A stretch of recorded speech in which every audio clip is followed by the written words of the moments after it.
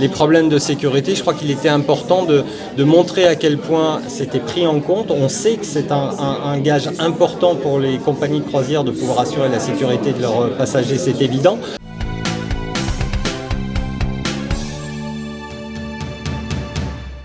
Le but aujourd'hui, c'était de montrer tout le travail qui avait été accompli depuis la dernière saison, en fait, qui était destiné à renforcer encore la qualité de l'accueil des croisiéristes à Pointe-à-Pitre, puisqu'ils escalent à Pointe-à-Pitre, mais également dans leur destination guadeloupéenne, que ce soit Sainte-Anne, Saint-François, Des Haies.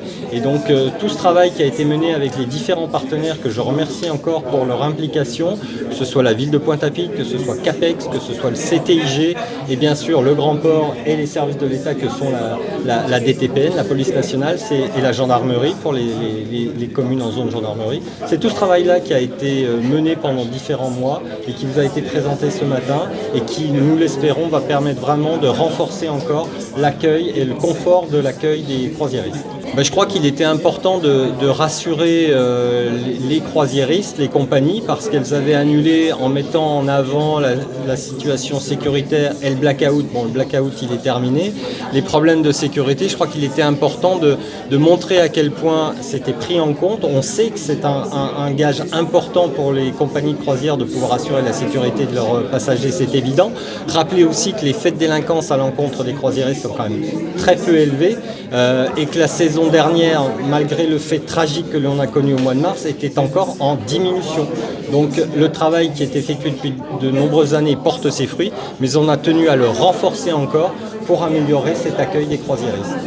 Donc évidemment, on a un enjeu très très fort sur les croisières, puisque vous savez qu'il ne peut pas y avoir de développement économique sans sécurité. Alors le dispositif que nous mettons en place annuellement, cette année a été renforcé. C'est environ une vingtaine de policiers qui seront sur le terrain, soit à VTT, soit à pied, soit dans des véhicules sérigraphiés ou des véhicules banalisés. Le but est vraiment d'occuper le terrain pour éviter le passage à l'acte. Cette année, comme chaque année, nous sommes mobilisés pour cette saison de croisière qui est très importante pour la ville de Pointe-à-Pitre.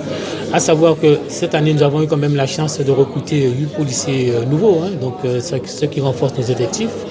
Donc nous avons prévu de mettre chaque jour 10 policiers, plus 6 ASVP, ça fait 16 agents, qui le matin, il y en aura 5 qui vont patrouiller en ville avec 3 ASVP, l'après-midi, la même chose, et le week-end aussi, nous serons présents pour pouvoir sécuriser les croisiéristes.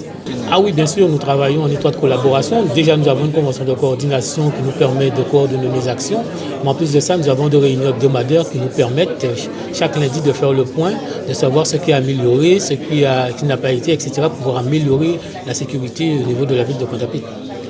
Alors, l'idée de ces circuits, ce sont des circuits thématiques, 5 circuits thématiques qui permettent de valoriser notre patrimoine, mais tout en permettant aux croisiéristes en escale de déambuler dans Pointe-à-Pitre en toute sécurité.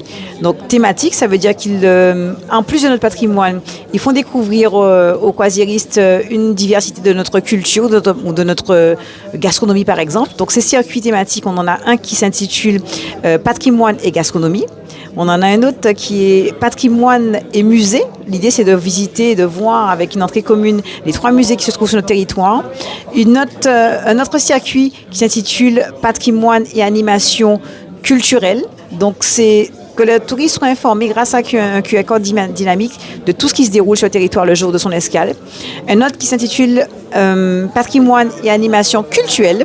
L'idée, c'est de sillonner pour ceux qui le souhaitent, surtout le dimanche, puisque la ville est fermée le dimanche, les sites mémorables de notre territoire, tels que la cathédrale de Massabielle, ou encore la cathédrale Saint-Pierre et Saint-Paul, ou encore d'autres maisons créoles, d'autres confessions, notamment des évangélistes, tout en permettant vraiment aussi aux touristes de circuler en toute sécurité. C'est vraiment ça la priorité qu'on a mis en place, et surtout en autonomie.